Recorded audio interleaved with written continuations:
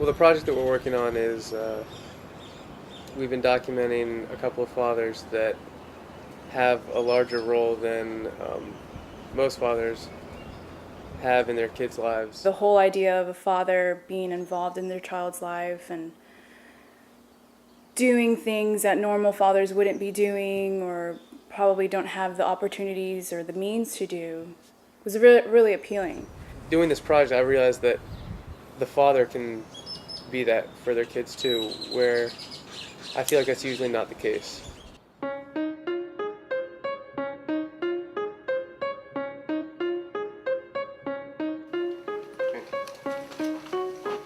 ¿Cómo se llama tu papi? Juan. ¿Juan qué? Juan, bueno, desde la puente. Ah, ¿y el tuyo cómo te llamas? Sofía. ¿Sofía qué? Sofía Guadalupe. Ay, ¿Sofía qué? Sofía Guadalupe del Juan. Guadalupe. When my wife was pregnant, when we found out we were pregnant, about 6 months into the pregnancy, we went and looked at 2 daycares. As soon as I walked out of there, man, my heart just like, no, we're not gonna do this. She doesn't need to be raised by somebody else. My wife has a very stable job, and I don't. So we decided that if one of us would quit, it would be me. And he's been taking care of Sophia since day one. Juan had always told me that if I wanted to stay at home, certainly that was something that we would do. But I didn't, it wasn't for me. What does it mean to be a father? It means to love somebody so much that they're in your heart. The opportunity for me has been that I can be physically present with my child. And therefore, I'm going to take advantage of that because I don't want my daughter to ever say my dad wasn't around. ¿Y qué cosas divertidas haces con tu papá? ¿Van al parque? ¿Qué más? Leer libros. ¿Él le gusta leerte libros? Como en inglés, como que hablamos como en español. Whether we're watching TV, listening to songs, playing, or what have you, is to be present. So if we go to the park, it's not me watching her play. It's me playing with her. That's the regular day for me. He is teaching her how a man should treat a woman. And that's with respect, with love, with patience, with understanding.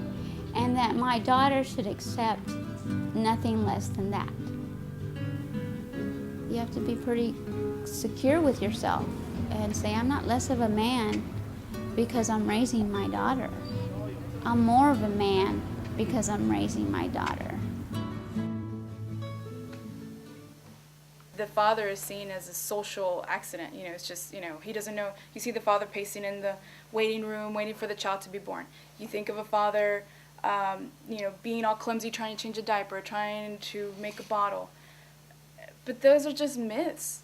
Miguel and Juan are both very affectionate towards their kids, which is something that I don't find weird, but it's foreign from what you expect. I want to be like these fathers are. I want to be more nurturing, more patient, and more caring. And it's shocking to say that as a woman, learning that from two men. What do you guys want to do? You play some football? I'm very committed to the children that I brought to this world. I think that, if I leave today, the only thing I leave those boys really is a value system. Emiliano would make me cry sometimes because he would do things that would hurt my feelings. And so Miguel would get down on the floor, lay down on his side, sit Emiliano down, and he would say, you hurt mommy's feelings. You said something and you did something and you hurt her feelings. And when you hurt her feelings, you hurt my feelings. The most important thing that my papi has taught me throughout my life is respect. To always have respect for even the people who you don't like. You don't need to like them, but then again, you don't need to disrespect them.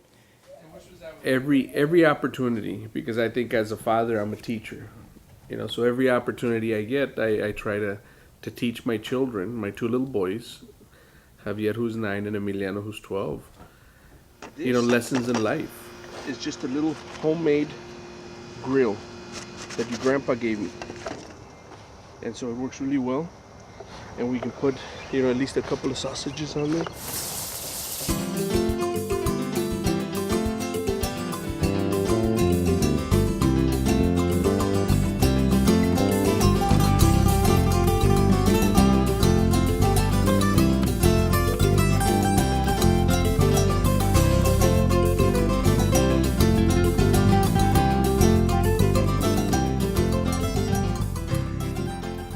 Miguel's role is very important as a father in raising these boys. When we had talked about Javier pulling him out of school, we didn't know that they was going to direct us to homeschooling. What do we do with Javier when public school is not providing and responding to his needs? So I looked at my wife and I said, this is exactly the point in time in the situation that we have been preparing for. Now I get to see my parents more. We talk about the work mostly, like math, spelling, writing, drawing. These kids wake up and they look at Papi and they laugh, and their eyes aren't even open yet, and you see their face, that they have a smile in their face. I think one of the big issues is that we have not done a good job of teaching little boys how to become men in our world. My reaction and action to preventing this is to have a presence with my little boys right now.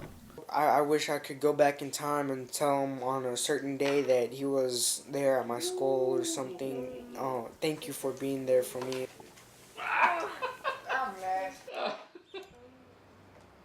I mean, I was a huge tomboy because I admired my father so much. I wanted to be my dad.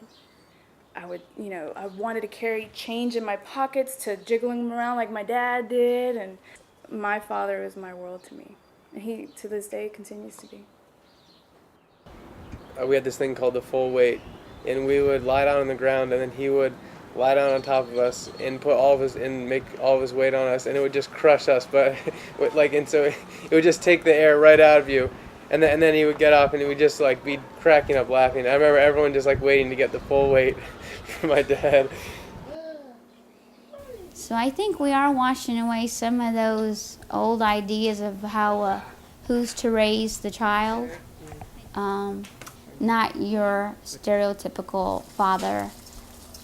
Hi, honey, I'm home. Where's the supper? It's like, hi, honey, guess what I made for supper?